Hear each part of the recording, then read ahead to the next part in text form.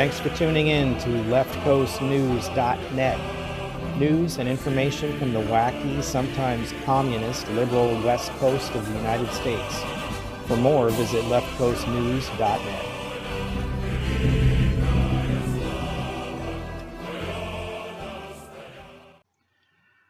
Well, we're going to talk about Washington's Community Reinvestment Program. Recently, Brandy Cruz from the Undivided podcast did a story about this program and the corruption, no surprise, that's in it.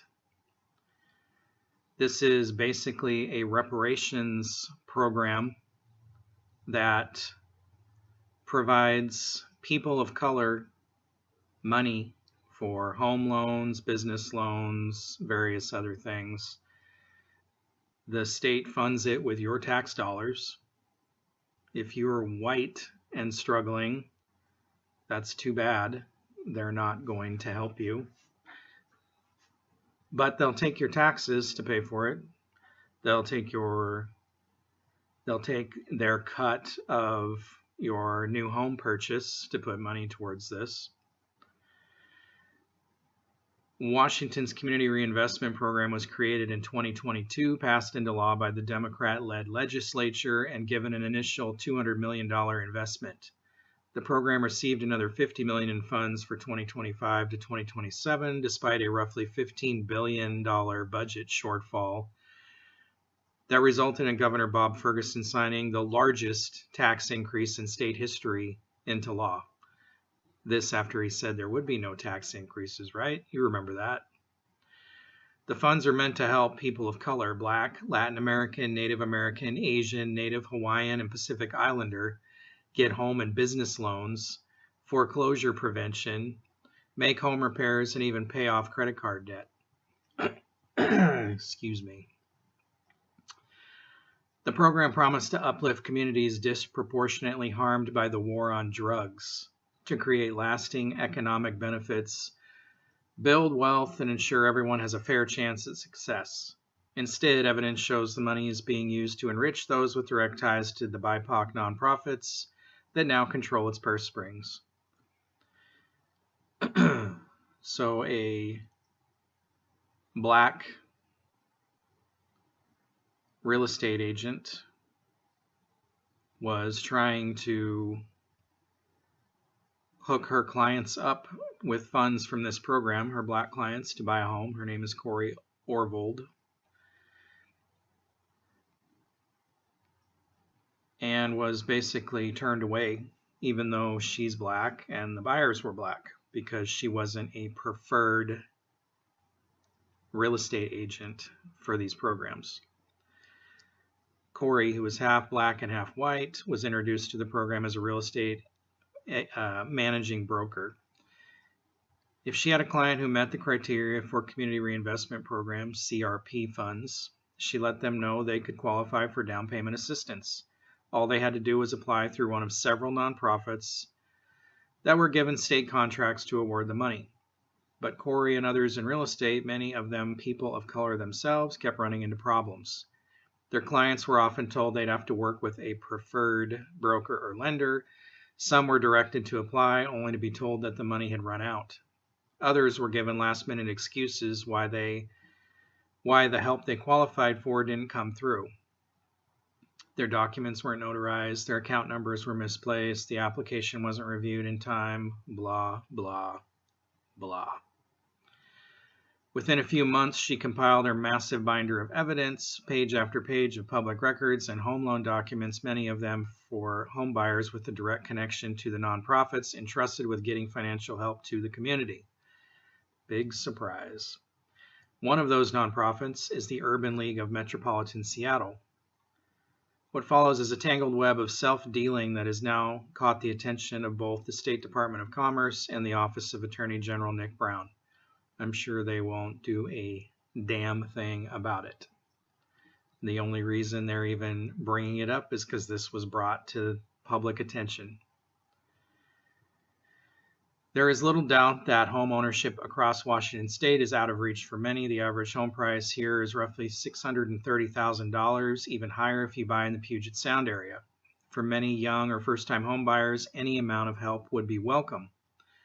But how about $350,000 in free, air quotes, money to get you in the door? Records show a woman named Asia Williams closed on a Tacoma home for $424,950 on March 25, 2025, thanks to multiple state programs that gift funds to people based on skin color. The actual amount of her home loan was $89,960. Well, why did she need all that extra money? Asia received $99,668 in funds from the Washington State Housing Finance Commission, which administers the newly created Covenant Homeownership Program, a reparations program designed to help first-time homebuyers of color with down payment. $100,000 in Community Reinvestment Program funds from United Housing Resources, $100,000 in Community Reinvestment Program funds through the Urban League of Metropolitan Seattle, $50,000 in Community Reinvestment Program funds through Bird Bar Place, a Seattle-based nonprofit that says it works to decrease economic barriers and inequities. That's a total of nearly $350,000 to help just one person, most of it courtesy of you, the taxpayer. The real kicker? Asia's mom, Angela Williams, happens to be the Director of Financial Empowerment at the Urban League of Metropolitan Seattle, one of the organizations that awarded her 6 figures in down payment assistance. Curiously, Angela Williams wrote in an email obtained by Undivided that the Urban League of Metropolitan Seattle closed its down payment assistance program to applicants in March 2025 due to lack of available funds, just days after her own daughter used the money to buy a house. Gave all the money to the people they wanted to give it to, and that was that. And that is hardly the only time the Urban League of Metropolitan Seattle handed out money to insiders while turning other community members away. Ariana Gold is a HUD-certified housing counselor for the Urban League of Metropolitan Seattle. Records show that the organization awarded someone named Ariana Gold $49,800 to pay off consumer debt on April 29, 2025. Wouldn't you like some taxpayer money to pay off your credit card debt or your car loan or whatever? In the same email mentioned previously, Angela Williams said the debt reduction program also ran out of money in March, a month before Ariana Gold got approved for debt forgiveness. Another home purchase closed with community reinvestment funds after the Urban League claimed to be out of money was for a woman named Tracy Brown. Tracy closed on a $640,000 home in Seattle in July. She was given $100,000 in community reinvestment funds through the Urban League of Metropolitan Seattle and $145,341 from the Covenant Home Ownership Fund, which is funded by the Washington State Housing Finance Commission. Tracy Brown is the founder of an organization called Healthy Smart Homes, which was awarded $350,000 contract by the Housing Finance Commission to help raise awareness for the Covenant Home Ownership Program, which she went on to benefit from. The contract was also a direct partnership with the Urban League of Metropolitan Seattle. Tracy would send potential home buyers to the Urban League, which turned around and gave her $100,000 in taxpayer money. Other, less connected buyers weren't as lucky. He did everything he was supposed to do and got nothing, said the mother of a 27-year-old first-time home buyer who applied to get down payment assistance with the help of the Urban League. The mother, who wished to remain anonymous, said ULMS strung her along, then ultimately turned her away. My son broke down because he was so close, she said. Just to go through that was tough as a mother to deal with. This is a young African-American man who has never been in trouble, has always worked since he was 16, sometimes 2 jobs.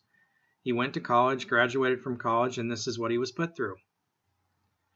She says she grew suspicious that the funds were being set aside for other, more connected buyers like Asia Williams, who was granted her down payment assistance around the same time. Surely some of the $350,000 Asia received to help purchase a home could have been spread out to help more people. Others thought so as well. In March 2025, Bird Bar Place Director of Strategic Initiatives Tiffany Gelly-Gray sent out an internal email with expanded eligibility guidelines for down payment assistance. In it, she warned against the layering of funding sources to help a select few. Bird Bar is one of several organizations tasked with distributing community reinvestment funds and awarded $50,000 to Asia Williams around the same time the email was sent out. We are committed to ensuring these resources are used effectively to expand access to home ownership opportunities, not just for a select few, Kelly Gray wrote. If you have a client currently in processing who intends to layer our program with another CRP-funded program, please inform us immediately so we can discuss next steps and ensure compliance. While the email didn't explicitly mention Asia Williams or a connection to the Urban League through her mother, Angela, it came shortly after Corey started alerting stakeholders to her concerns with how the program was being administered. The tone of the email suggested Bird Bar was caught off guard by the layering of down payment assistance to help a single home buyer, rather than the funds being spread out to help many. You shouldn't be able to go to all these different charities and get assistance. You should be able to get assistance from one charity, and whatever they give you is what you get. Beyond direct assistance to employees and their family members, the Urban League of Metropolitan Seattle played favorites with brokers and lenders, funneling clients to a select few. In a text message shared with Undivided, one home buyer told her loan officer she was advised that I should work with one of the recommended lenders on the list. This was advised to me by the HUD counselor.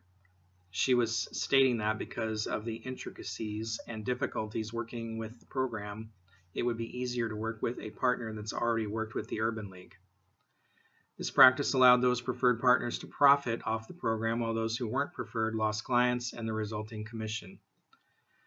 One lender listed as a preferred provider for the Urban League of Metropolitan Seattle purchased an 8,270 square foot, $2.2 million home with an indoor swimming pool in Kent last November with her husband, a real estate broker. Before that, they lived in a modest house in Auburn. This is not the purpose of a program like this, to buy mansions for people with your tax money. 8,200 square feet? Are you effing kidding me? Combined as a couple, they helped to close dozens of home sales funneled to them from the Urban League and other BIPOC nonprofits. Presuming they're not doing that work for free, business has been good. In 2024, the real estate broker in question closed with 17 home buyers. In previous years, he averaged 10 or 11. In 2023, closed on only 4. In 2025 to date, he's closed on 35. Records show the couple was involved in closing the loan for Asia Williams, one as the lender and one as the broker. Undivided has chosen not to name the couple. While they are benefiting from the distribution of state funds, they are not contracted with the state, don't have a fiduciary responsibility to taxpayers. So they can be corrupt assholes with no accountability with your tax money. There is no evidence to date that they are giving kickbacks to organizations that send them business.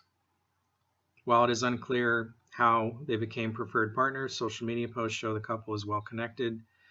In one picture, the woman is standing in her backyard of her new mansion with State Representative Jamila Taylor, the architect of Washington's Covenant Homeownership Program. It's just disgusting. In your face. Abuse and corruption, taking your money and redistributing it to these other people so they can buy an 8,200 square foot home with your tax money while you struggle, while you rent.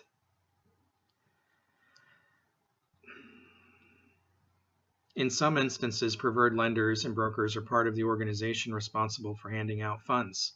Nicole Bascombe Green, who is connected to multiple organizations with ties to the Community Reinvestment Program, operates a real estate brokerage out of her house. That brokerage employs several other of her family members who have closed home purchases for clients sent to them through the Urban League. In addition to being an Urban League board member, Bascombe Green is also the chair of the Washington State Housing and Finance Commission, which helps administer down payment assistance programs. All this stuff, tangled web, all these people have their hands in every pot. And they set this whole program up so they could steal money, steal tax money. And of course, there's no accountability, there's no oversight. As a real estate broker, this does not preclude me from supporting my clients and their ability to use these great programs that have come out to support the people solely because they work with me. Bascom Green told us in an email, I am proud to be able to support these programs and my clients who need these programs just like everyone else. Unless you're white, then you don't. She denied that the situation prevents a conflict of interest. There is no conflict of interest because these interests have all been fully disclosed to all parties and in all my board affiliations. Everyone knows the work I do and where I do it, and there is nothing questionable about it. Okay, if you say so. That absolutely is conflict of interest. You should not be able to do what you're doing. The Urban League also denies any wrongdoing. In an email, it declined to provide a list of all staff members, board members, or family members who have benefited directly from CRP funds, citing privacy and confidentiality. Without that list, which the state could presumably compel in an audit, it's impossible to know how much money went directly into the hands of people with ties to the organization. The list would, for example, settle suspicion around a foreclosure involving, once again, Angela Williams. According to county records, foreclosure proceedings were initiated against Angela's Tacoma home in May 2024. The home foreclosure was rescinded in January 2025 at the exact same time her employer, the Urban League, was using community reinvestment funds to save people with foreclosure. Was one of those people Angela Williams herself? Asked repeatedly, the organization refused to say. Williams did not respond for comment. The Urban League of Seattle also declined to explain how funds were given out after March 2025 when Angela Williams is on record saying the programs have been depleted. ULMS is committed to transparency, accountability, and equity in all our programs, including the Community Reinvestment Program. Urban League President and CEO Michelle Merriweather told Undivided in an email, ULMS assistance recipients must meet eligibility requirements set by the Washington State Department of Commerce. These standards are applied equitably to all applicants, regardless of employment or organizational affiliation. Sadly, many hardworking individuals, including those affiliated with community-based organizations, continue to face barriers to home ownership due to systematic inequities and high living costs. We take concerns about program administration seriously and remain committed to upholding public trust and transparency in all our work, Merriweather added. Okay, if you say so. Again, in your face. There's nothing you can do about it, and we can spend this however we want. Because otherwise, it's racist, right?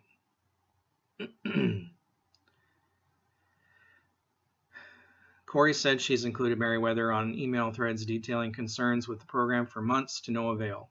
I want accountability. Even if it's not criminal charges, Corey said, some of these people need to lose their real estate license. Some of these people need to lose their lending license. The IRS needs to be involved. The Community Reinvestment Program is administered through the Department of Commerce. It is a multi-million-dollar contract with the Urban League of Seattle Its multi-million-dollar contract with the Urban League of Metropolitan Seattle explicitly addresses conflicts of interest. No employee, officer, or agent may participate in the selection, award, or administration of a contract if he or she has a real or apparent conflict of interest. Such a conflict would arise when the employee, officer, agency, and member of his or her immediate family, his or her partner, or an organization which employs or is about to employ any of the parties indicated herein has a financial or other interest or in or a tangible personal benefit from a firm considered for contract. Well, that goes directly against all the crap that I've just read to you. So once again, in this state, rules for thee, but not for me. The people in charge of all these programs and state organizations can commit all the fraud and corruption they want. But if this was you, you'd be charged. You'd have it shut down. You'd have your money stripped away. You just see this over and over and over in this state. There is no clause that says disclosing a conflict of interest ameliorates it, as Balcom Green suggested.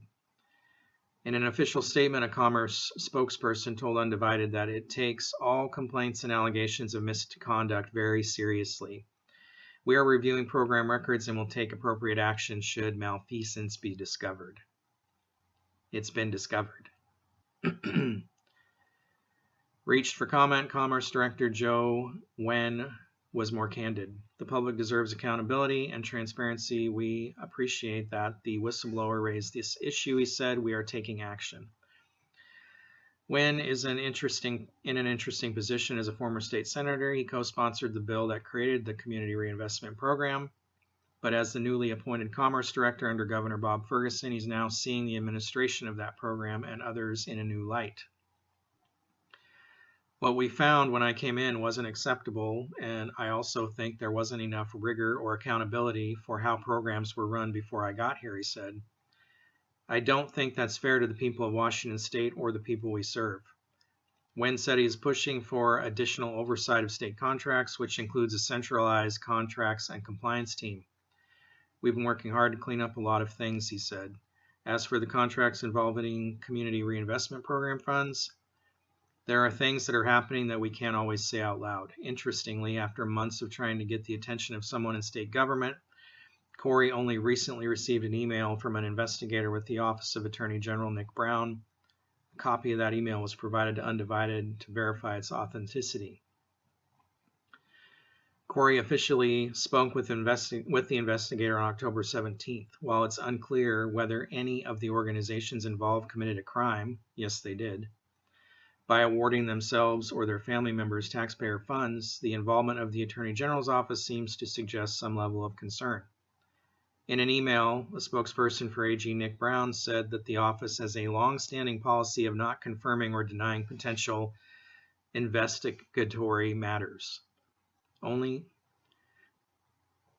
This story only covers a fraction of the evidence in Corey's binder, which implicates more than a dozen local BIPOC nonprofits.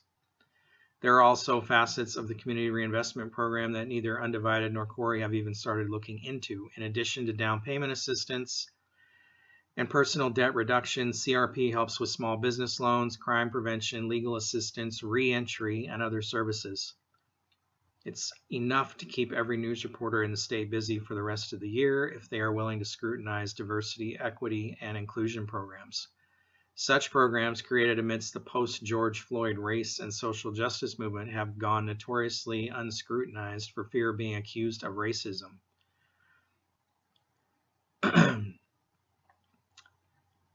Why?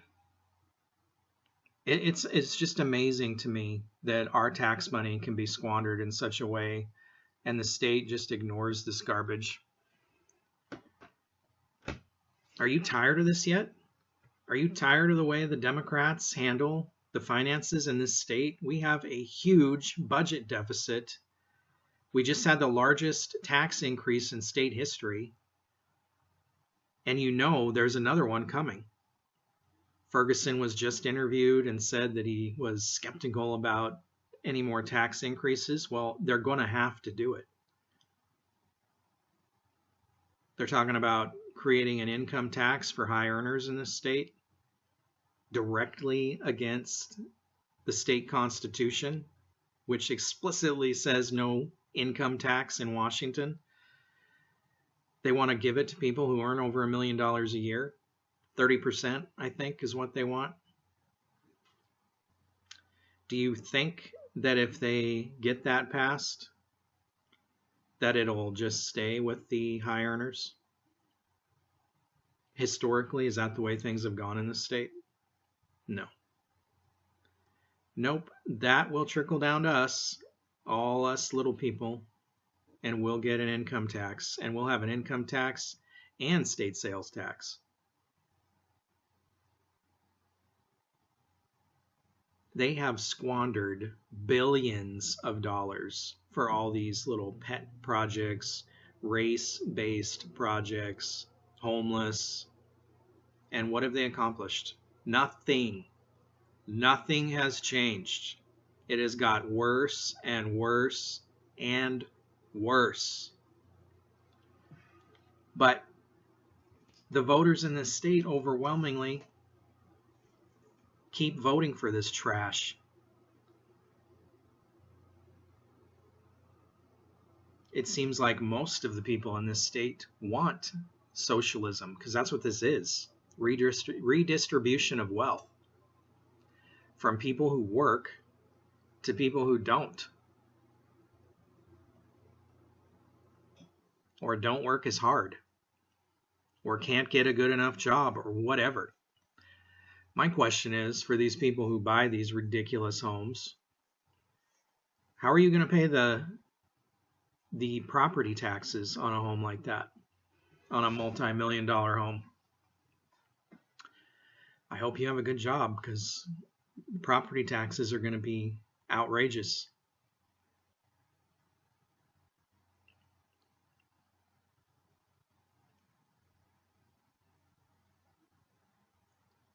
This is your tax money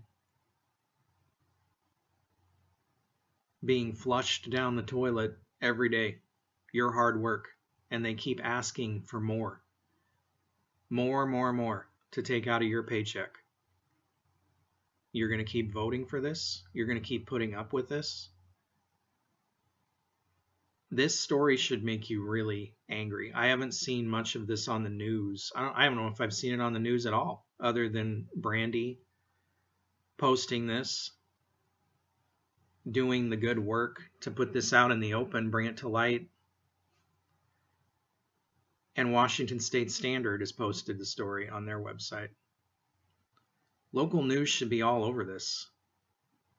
But no, we're not going to talk about this, because it's race. We don't want to upset the black and brown people, as usual.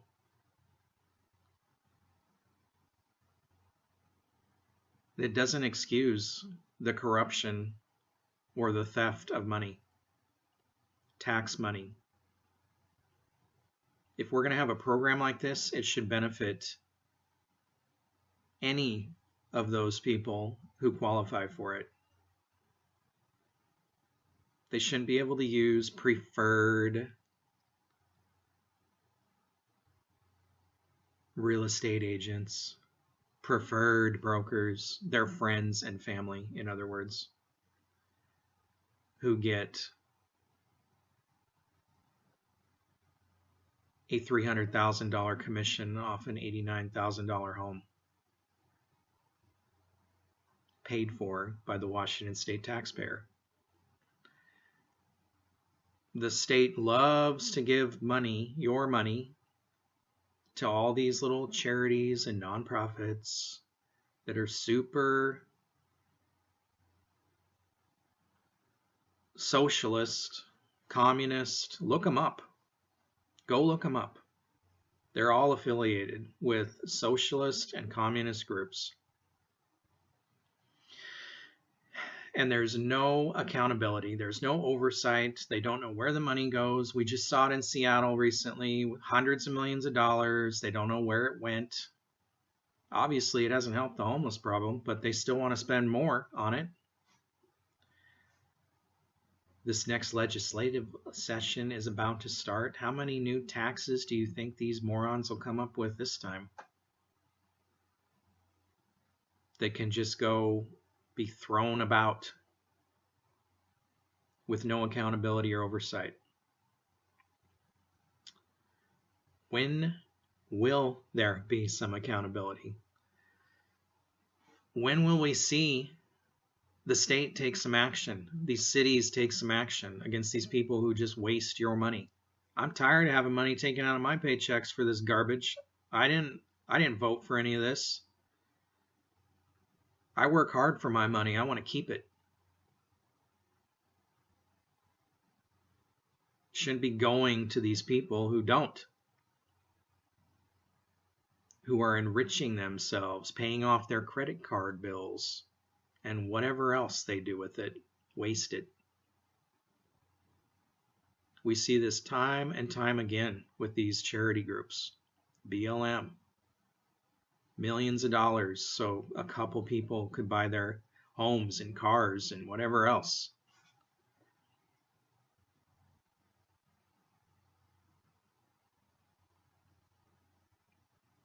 You need to reach out to the governor's office, the attorney general's office, your state representatives, and demand that they look into this and take it seriously and do something about it and stop wasting our money. Stop voting for this trash. Stop allowing them to take from your paycheck.